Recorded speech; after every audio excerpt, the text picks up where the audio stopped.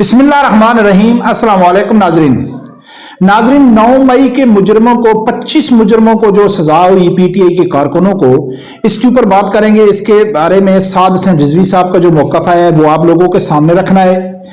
दूसरे नंबर पे नाजरीन के साद हसन रिजवी ने फौरन बिलावल भुट्टो से बदला ले लिया।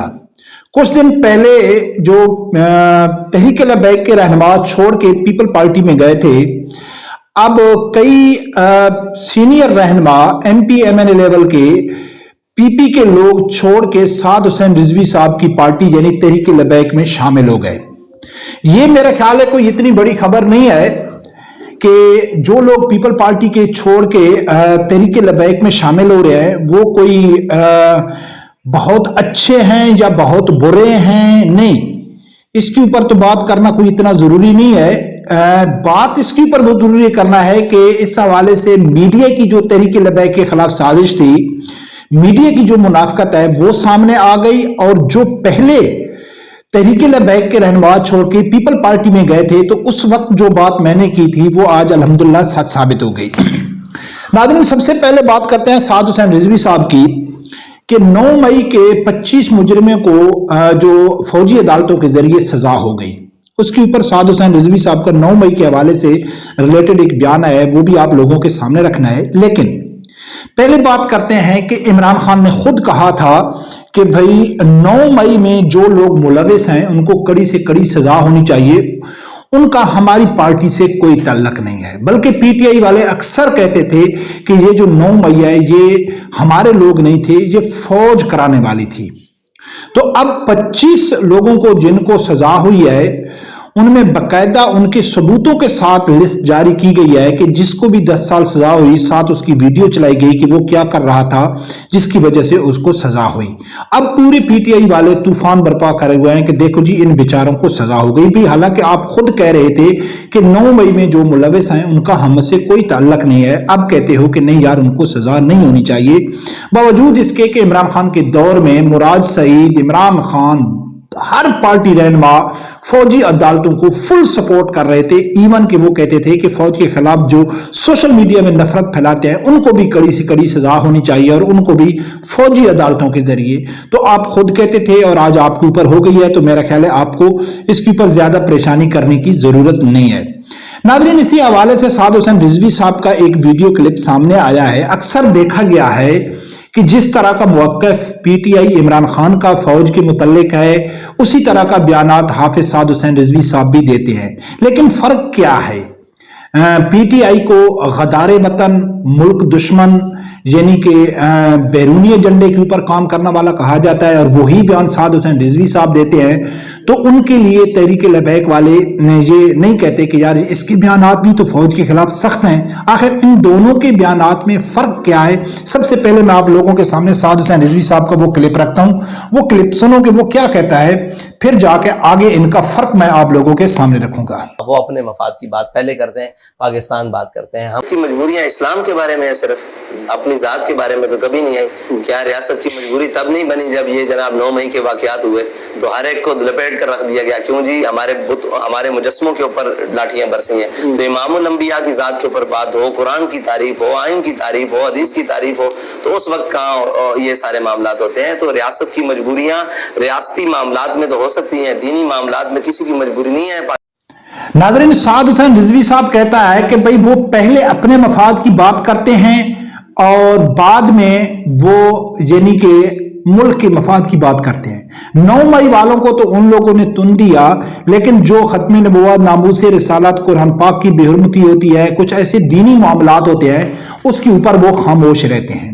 तो नाजरीन, इससे ये वाज़े दलील है पीटीआई और तहरीक-ए-लबैक में वाज़े फर्क की कि साद हुसैन रिजवी साहब जहां जहां भी फौज गलती करती है, जहां जहां ये समझते हैं कि फौज की गलती है, जनरल आसिम मुनीर की गलती है, तो वो खुल के कह देते हैं कि ये आपकी गलती है। आपको अपने मफादात अजीज हैं, लेकिन मुल्क के या इस्लाम के मफादात आपके लिए अजीज नहीं है। बस इस हद तक जो उनकी पर तनकीद बनती है, जो उनकी गलती है, वो उसके ऊपर साद हुसैन रिजवी साहब बिल्कुल कंप्रोमाइज नहीं होते, बिल्कुल मफामत से काम नहीं लेते, खुल के दीदा दलेरी से बोल देते हैं कि ये किसकी गलती है और कितनी गलती है। लेकिन इससे आगे मुल्क के यानी कि फौजी मसनूआत हो गई, فوج ایز اے ادارہ کے خلاف باقاعدہ منظم کمپین کرنا، اس کو کمزور کرنا، اس کو غدار قرار دے دینا، اس طرح سے تحریک لبیک والے اپنی حدود آگے کراس نہیں کرتے کہ ان کی اتنی غلطی نہیں ہے یا ان کو اس حد تک نہ جانا چاہیے کہ جو ملک کے دشمن، جیسا کہ ابھی آپ دیکھو کہ جو اسرائیل امریکہ ہے وہ اس ٹائم بیرونی ممالک جو ہیں وہ اس ٹائم یعنی کہ فوج کی جو ایجادات ہیں اس کے اوپر پابندی کی باتیں کر رہے ہیں اور پابندیاں لگا رہے ہیں کہ فوج جو چیز بنا رہی ہے، فوج جو چیز میزائل بنا رہی ہے، جو ایٹمی سلاح جتنی بھی ہے اس کے اوپر وہ پابندی کی بات کر رہے ہیں۔ کون؟ جو بیرونی دشمن ہے، اور اندرونی جو دشمن ہے وہ فوج کے جو وسائل ہیں ان کے اوپر پابندی کی بات کر رہے ہیں۔ یعنی دونوں طرف سے، پاکستان کے اندر اور پاکستان سے باہر، فوج کے اوپر اٹیک ہو رہا ہے کہ پورے ایز اے فوج ادارے کو کمزور کرنا، اس کو ایک اپاہج ادارہ بنا دینا، یہ بیرونی اور اندرونی دشمن مل کے کر رہے ہیں۔ اور غلطی کیا فوج کی ہے پی ٹی آئی کی نظر میں، میں تحریک لبیک کی نظر میں بات نہیں کر، پی ٹی آئی کی نظر میں فوج کی غلطی کیا ہے کہ جنرل عاصم منیر نے عمران خان کو سپورٹ کیوں نہیں کیا، بس۔ حالانکہ یہی عمران خان اپنے دور حکومت میں تب بھی سعد حسین رضوی صاحب فوج کے اوپر تنقید کرتے تھے، لیکن عمران خان کہتا تھا کہ نہیں باجوہ قوم کے باپ کی جگہ ہے، جو فوج کے خلاف سوشل میڈیا میں ایک خلاف خبر چلائے گا اس کو بھی ہم فوجی عدالت میں لے کے جائیں گے۔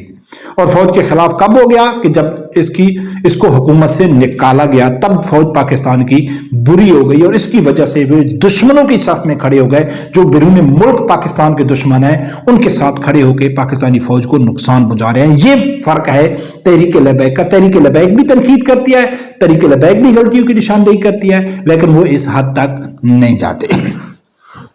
اب ناظرین بات کرتے ہیں کہ کچھ عرصہ پہلے یعنی کہ تحریک لبیک کے کچھ سینئر رہنما چھوڑ کے وہ پیپل پارٹی میں چلے گئے تھے۔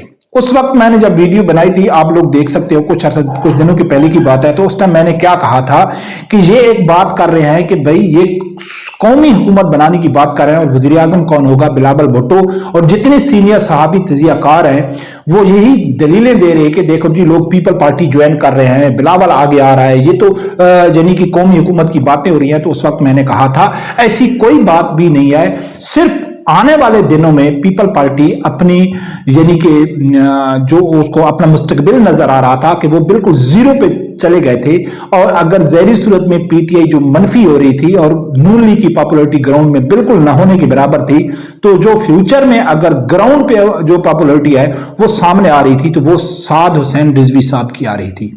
اس لیے میڈیا کی جو منافقت اور سازش دیکھو کہ اس وقت بھی دو تحریک لبیک کے سینئر رہنما چھوڑ کے پیپل پارٹی میں گئے تھے، تو پاکستان کی سب میڈیا نے اس کو ہیڈ لائن کے طور پر دکھایا تھا کہ دیکھو تحریک لبیک کے لوگ چھوڑ کے پیپل پارٹی میں جا رہے ہیں۔ تو اس وقت میں نے کہا تھا کہ یہ جو بلاول کے پیپل پارٹی کے جو غبارے میں ہوا بھرنے کی کوشش کی جا رہی ہے، یہ پاکستانی قوم عوام کو یہ تاثر دینے کی کوشش کی جا رہی ہے کہ تحریک لبیک نیچے جا رہی ہے اور لوگ پیپل پارٹی کی طرح توجہ دار ہیں، جو زرداری اور بلاول اپنا پیسہ لگا کے دوبارہ اپنے پاؤں پہ کھڑا کرنے کی کوشش کر رہے تھے پیپل پارٹی کو، وہ صرف یہی تھا، کوئی قومی حکومت بننے نہیں جا رہی۔ اب قومی حکومت کی باتیں بالکل دم توڑ گئی ہیں اور یہ خبریں بالکل زر ہو گئی ہیں، لیکن اس وقت پورے میڈیا نے یہ دکھایا تھا کون دو پارٹیاں تھی، تحریک لبیک تھی اور پیپل پارٹی تھی۔ تحریک لبیک کو چھوڑنے والے تھے، پیپل پارٹی میں جانے والے تھے، تو وہ پوری ہیڈ لائن بن گئی تھی۔ لیکن اس وقت پیپل پارٹی کے سینئر رہنما یعنی کہ سردار صفدر علی خان اور دوسرا ساجد صاحب جو سابقہ اسٹیٹ سیکرٹری ہیں، اور کئی اور لوگ ہیں کہ جو یعنی کہ پیپل پارٹی کو چھوڑ کے تحریک لبیک جوائن کر رہے ہیں، یعنی کہ دونوں وہی پارٹیاں، دونوں رہنما، لیکن کسی میڈیا کے اوپر یہ خبر نہیں دکھائی گئی۔ کسی میڈیا چینل نے اس کو اپنی ہیڈ لائن نہیں بتایا کہ بھئی یہ دیکھو اتنا بڑی خبر ہو گئی۔ کیوں؟ وجہ کیا ہے کہ اب جو تاثر جائے گا تو وہ تحریک لبیک کا جائے گا کہ تحریک لبیک کو لوگ جوائن کر رہے ہیں، تحریک لبیک میں لوگ جا رہے ہیں۔